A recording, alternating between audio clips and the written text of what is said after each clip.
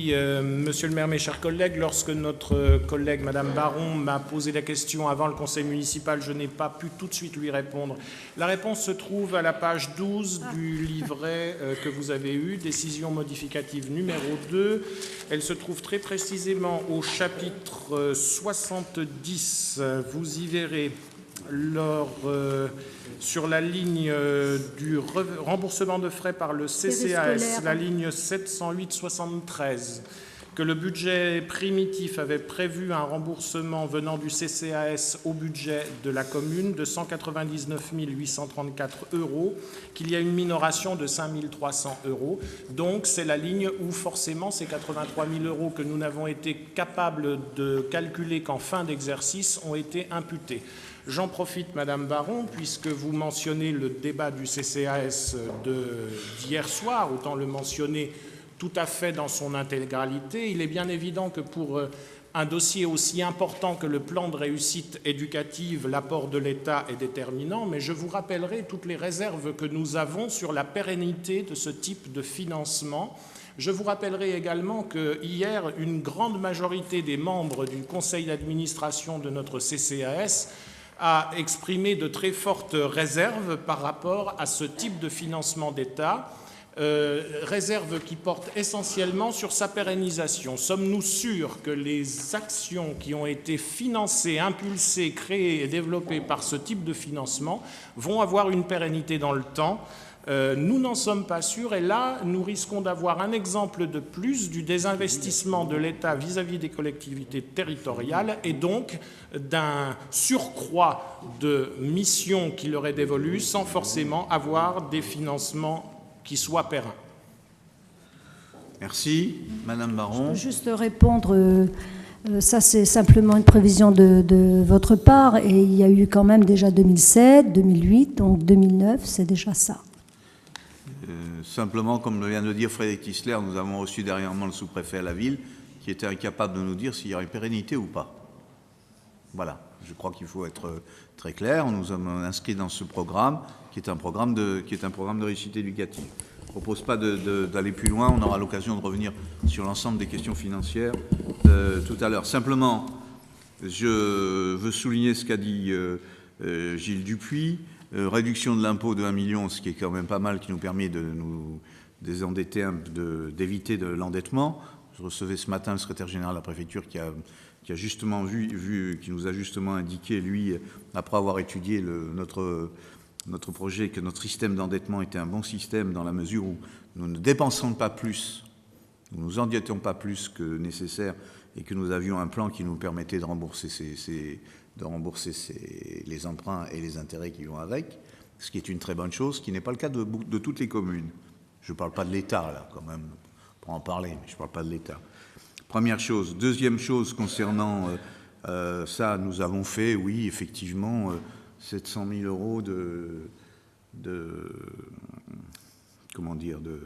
nous avons déboursé 700 000 €. Mais enfin, bon, 700 000 € sur 550 millions, le budget de la commune, c'est plus de 50 millions, c'est 52 millions. Donc nous avions bien prévu ce qui était nécessaire à notre ville. Et dedans, il y avait l'idée du conseil municipal. Alors vous, monsieur Brienon, me parle de la Folie et l'autre rue, excusez-moi, je ne l'ai pas écrite. Si je fais le total des deux, ça fait 2 200 000, qui n'a rien à voir avec les 250 000 € qu'on met là. Je reconnais volontiers qu'il faut travailler les rues, et c'est ce que nous essayons de faire, mais ce n'est pas simple du tout. Quant au conseil municipal, la salle du conseil municipal, il y a très longtemps qu'on demande plusieurs choses. D'abord, une meilleure acoustique. Je crois que c'est une évidence. Et nous avons ici beaucoup de réunions de travail. Et nous recevons en plus des réunions très importantes, comme l'établissement public, l'établissement public qui gère, qui travaille sur le développement des 14 communes. Et nous sommes incapables dans la journée de fournir quelque chose qui soit correct en matière de projection. Et pour travailler, c'est bien compliqué. 14 communes, ça fait un peu plus d'1 million de personnes. Donc nous avons besoin de cela, l'acoustique, et puis le temps étant là, ce bâtiment date de 1989, la 19, voilà, nous sommes quand même obligés d'éviter que ça tombe un peu sur nos invités d'une part et sur le conseil municipal d'autre part. Donc nous pensons que c'est une somme modique. Il ne s'agit pas de faire quelque chose de fastueux, mais il s'agit de donner des conditions de travail meilleures à l'ensemble. Quant au débat sur ce qu'on peut faire du conseil municipal, ça viendra évidemment à la commission des travaux ou à la commission des travaux ou de la vie participative, quelque chose comme ça, de manière à ce qu'on se mette bien d'accord. Il y a un débat sur la table, qui est quand même un problème. Et en même temps, c'est vrai que nous avons besoin de salles supplémentaires pour de temps à autre faire des manifestations qui permettent à la fois de continuer les expositions dans le hall de la mairie et qui permettent un peu de disposer de cette salle d'une autre manière. Mais la salle du conseil municipal doit rester la salle du conseil municipal. Je crois que c'est très important de ce point de vue-là. Donc c'est dans ce cadre-là que nous avons repris cette idée que nous avions indiquée d'ailleurs lors du budget. S'il y avait une possibilité d'avancer sur cette salle et de donner de meilleures conditions de travail à tous ceux qui participent aux réunions, c'était une bonne chose. Ça fait partie de la vie de la population et ça fait partie de la démocratie. Donc je vous propose de passer au vote et ensuite on étudiera le budget qui est aussi important. Alors, qui est contre? Abstention? 2 abstentions? Bon. Donc sur la décision modificative, 37, c'est ça, oui, 37 pour et 2 abstentions. Je vous remercie. Nous passons au point suivant. Donc le budget... Attendez, non, j'ai oublié. Les parkings. La décision modificative sur les parkings. Gilles Dupuis, toujours. Donc, décision modificative numéro 1 sur le budget des parkings. Et je rassure tout le monde, je ne vais pas faire revenir Muni. Concernant la section de fonctionnement, elle nous indique une baisse des dépenses comme des recettes. Pour les dépenses, ces moins dépenses s'expliquent par la fermeture durant 8 mois du parking de la mairie suite au sinistre dans les charges à caractère général. À noter, malgré tout, 31 000 € de versement à la section d'investissement. 31 000 € donc dégagés d'autofinancement sur le budget annexe des parkings pour cette décision modificative.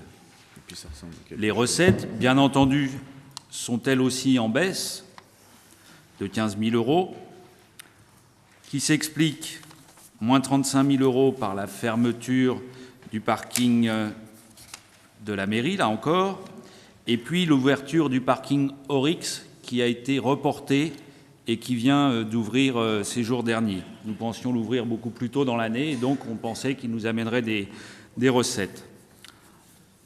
Le non-versement de la subvention du budget principal. Donc le budget principal n'a pas voté en décision modificative de subvention au budget annexe des parkings, moins 56 000 €, ce qui semble tout à fait logique et normal, étant donné que, comme je viens de vous l'indiquer, le budget annexe des parkings dégage un autofinancement. À noter dans les produits exceptionnels la perception de la TVA pour 38 000 €. Je vous rappelle que tous les travaux concernant les parkings ont été, notamment en ce qui concerne l'ANRU, ont été transférés au budget des parkings de façon à pouvoir percevoir la TVA et ne pas passer par le FCTVA 2 ans après. Donc là, nous percevons donc la TVA sur les travaux pour un montant de 38 000 €. Concernant la section d'investissement, en légère diminution par rapport aux prévisions, mais là qui cache des décisions importantes dans sa partie recettes.